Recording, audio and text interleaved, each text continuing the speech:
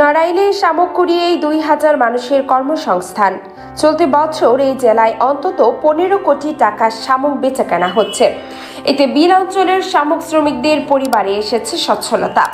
কৃষি প্রধান জেলা নড়াইল। প্রায় ৮ লাখ মানুষ বসবাস করা এই জেলা বিল ও মাছের ঘের দিয়ে বেষ্টিত। প্রতি বছরের মতো এবারও বিল থেকে শামুক কুড়িয়ে মৌসুমী কর্মসংস্থানের সুযোগ হয়েছে কয়েক হাজার নারী পুরুষের।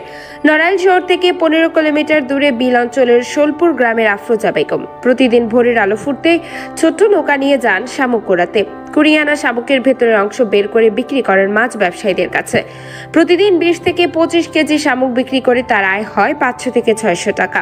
শুধু আফরোজা বেগম নয়, জেলার লোহাগড়া, কালিয়া এবং সদর উপজেলার সোলপুর বিল, ইছামতি বিল, করলা সহ ১২টি বিলের শামুক কুড়িয়ে এক একজন প্রতি মাসে আয় করছে প্রায় ১৫,০০০ টাকা।